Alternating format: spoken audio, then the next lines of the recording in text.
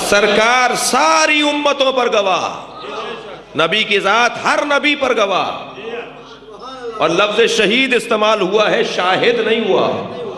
حافظ آباد میں مجلس پڑھ رہا ہوں، مولانا تشریف فرمائیں، آپ سب صاحبان دقت ہیں اور عربی ادب سے تعلق رکھنے والے بھی افراد یہاں تشریف فرمائیں، توجہ چاہ رہا ہوں۔ نہیں ٹھیک ہے عابد بھائی، توجہ میری طرف رہے۔ اللہ نے یہاں لفظ شہید استعمال کیا ہے، شاہد استعمال نہیں کیا۔ شاہد بھی گواہ ہے، شہید بھی گواہ ہے، عالم بھی جاننے والا ہے اور علیم بھی جاننے والا ہے، ناصر بھی مدد کرنے والا ہے،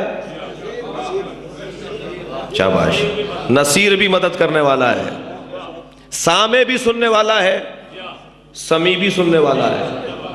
مگر بھائی میری زبان کی کمزوریاں عربی زبان کی کمزوری نہیں ہے، یا اگر ایک جیسے ہوتے تو اللہ کبھی بھی اپنے آپ کو شہید صرف نہ کہتا بلکہ کبھی شاہد کہہ دیتا، اگر برابر ہیں کبھی شہید کہہ دیتا۔ پورے قرآن میں اللہ نے اپنے آپ کو کبھی شاہد نہیں کہا، اللہ نے ہمیشہ اپنے آپ کو شہید کہا ہے، اور اپنے نبی کو بھی پروردگار عالم نے شہید کہا ہے۔ توجہ ہے بات کی؟ کیا فرق ہے عالم میں اور علیم میں؟ تھک کر تو نہیں سن رہے؟ کیا فرق ہے عالم میں اور علیم میں؟ عالم بھی جاننے والا ہے، علیم بھی جاننے والا ہے، مگر عالم اس جاننے والے کو کہتے ہیں کہ جس کی زندگی میں کبھی جہل رہا ہو۔ بھئی میں آج نسبتاً آپ مولانا بہت سارے لوگ جو صاحب علم ہیں، آپ سب ایک وقت تھا کہ نہیں جاننے والے تھے، اور قرآن تو کہہ رہا ہے کہ ہم نے تمہیں ماں کے شکم سے اس انداز میں بھیجا کہ لا تعلمون شیئا، تم شے کے بارے میں بھی نہیں جانتے تھے۔ کوئی تو ایک مرحلہ ماننا پڑے گا کہ جب جانتے نہیں تھے اب جانتے ہیں، اور کیا معلوم کہ کوئی ایکسیڈنٹ، کوئی حادثہ ہو جائے، کوئی جھٹکا لگ جائے، کوئی طبیعت خراب ہو جائے اور سارا علم جو ہے وہ ختم ہو جائے۔ کیا بھائی نے تو کچھ یاد ہی نہیں آ رہا، وہ قرآن کے حافظ تھے اب کچھ یاد نہیں آ رہا، وہ احادیث کو جانتے تھے اب کچھ یاد نہیں آ رہا۔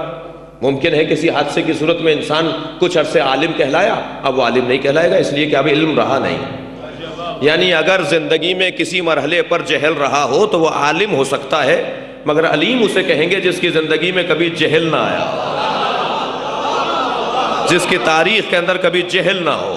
اللہ علیم ہے۔ صلوات بھیجیں ذرا محمد و آل محمد پر۔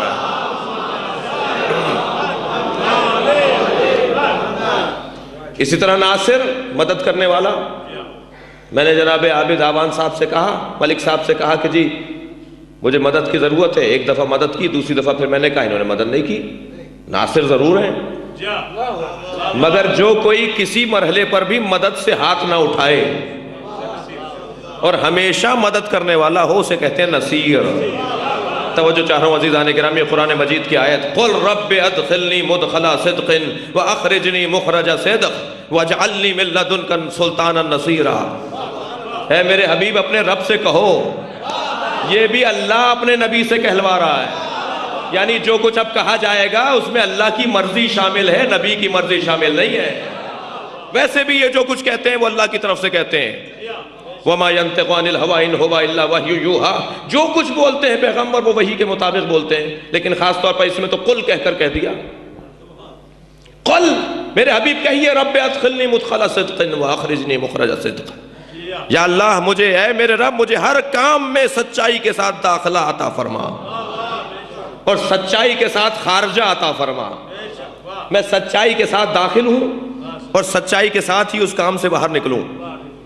وَجْعَلْنِي مِن لَدُنْكَ، اور میرے لیے قرار دے اپنی جانب سے سلطانا نصیرا، ایک مضبوط مددگار۔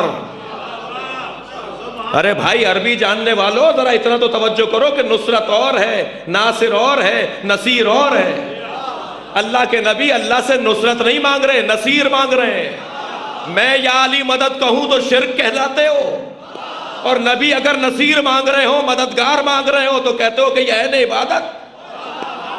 قرآن مجید سے یا علی مدد کی یہی دلیل ہے۔ صلوات بھیجے محمد و آل محمد۔